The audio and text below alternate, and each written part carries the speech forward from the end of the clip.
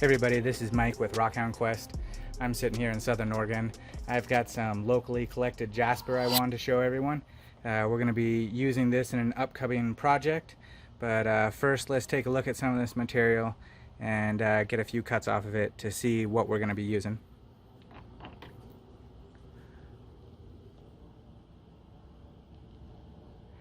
We got this nice red and brown one with agate through it.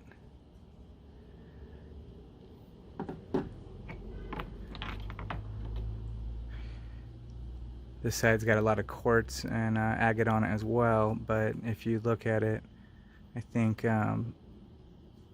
there's enough jasper material here that it should make something really pretty. One of the things I've been thinking is cutting these and trying to get the natural face off the stone. I'm trying to want to make some different necklaces for various family members, and I like the raw look to the stones. So I try and look at them and find, you know, the natural face that if I took a slice like right here, it'll kind of produce that teardrop, and then I can just round it out and finish it up. Or just, you know, if I can get it right, then the raw will look really cool as well. So in fact, actually, that's really what I'm going for, is like I want to find, you know, the perfect slice, if you will. And then I won't have as much work afterwards. I can just get that nice clean slice, put a face on it, and then wrap it up. Because the idea here is I would like to make some necklaces, but I don't want to spend a week making each one. It's just a bit too much time if I'm going to hand out 50 of these things. So I'm kind of looking at this like, how can I scale it a little bit? I have plenty of material, and so it's really just a matter of looking at it and kind of figuring out, all right, which one is going to produce the most attractive looking piece.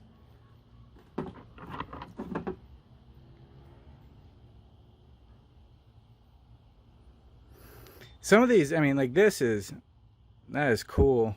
The yellow and the red, I mean, it's really pretty looking. But the problem, of course, is how am I going to cut this and get a desirable shape off of it? You know, how do I actually turn that into something?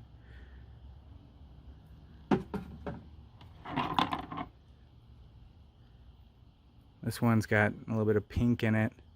That pink and yellow is pretty neat. So something like this is already thin enough. So I don't know. You know, like I might be able to take a slice like this and get kind of a longer, more delicate necklace. Same thing for like that. Like if I cut it right here, I can get that more tear-shaped look to it. So I got this wet so everybody can get an idea of what it'll look like when they're actually polished up.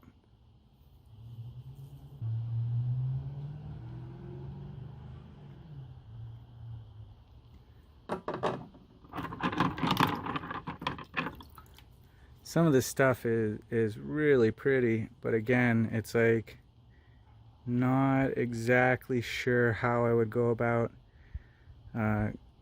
cutting it to get that just perfect slice.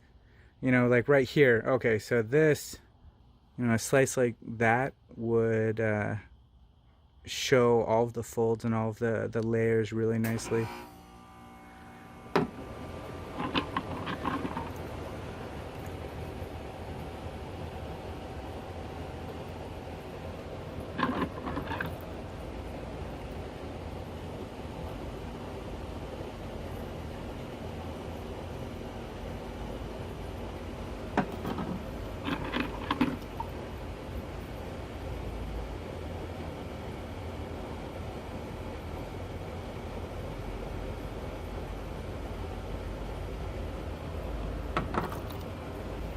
All right, well, I think that's about enough. I'm going to look at these and pick a few of them out, and then I'll start cutting them up and we'll see what we can get off them.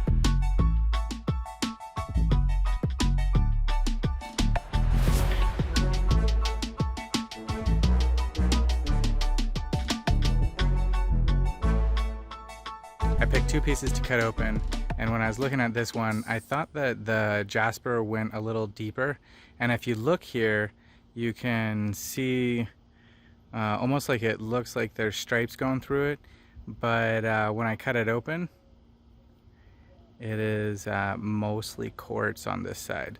This part right here looks pretty slick, and so I'm kind of looking at this and thinking, okay, this is just on the surface, and most of it broke off, but down here is a lot more interesting. So I feel like I can salvage this if I chop it one more time right there, and then I'll get kind of a little star shape, or something that I can grind into a tear shape pretty easily. And I think down here would be worth doing it, but the fact that it requires another cut means I'm probably going to save it for another day. The one that I picked for today is this guy. So this one is pretty slick. I was looking at this before, and I put like just a kind of a little bit of polish on it just to start to see what it was going to look like, and I'm excited. I think that's going to look good. These cracks right here, less ideal. I might be able to buff them out, but honestly I don't think so. And so they may give me a little bit of trouble. We'll find out if I can clean it up and make it look good.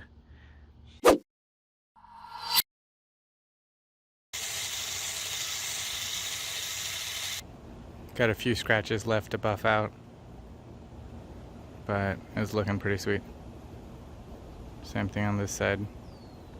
This is with no water, so you can see it's just about finished. If you look at these imperfections here, I have hit them over and over now, and I think they are pulling up bits of grain from the rock itself and scratching it more. So I'm having a hard time really getting that to come out clean. This is going to be a wrapped pendant, so even if there's some imperfections, that should be alright.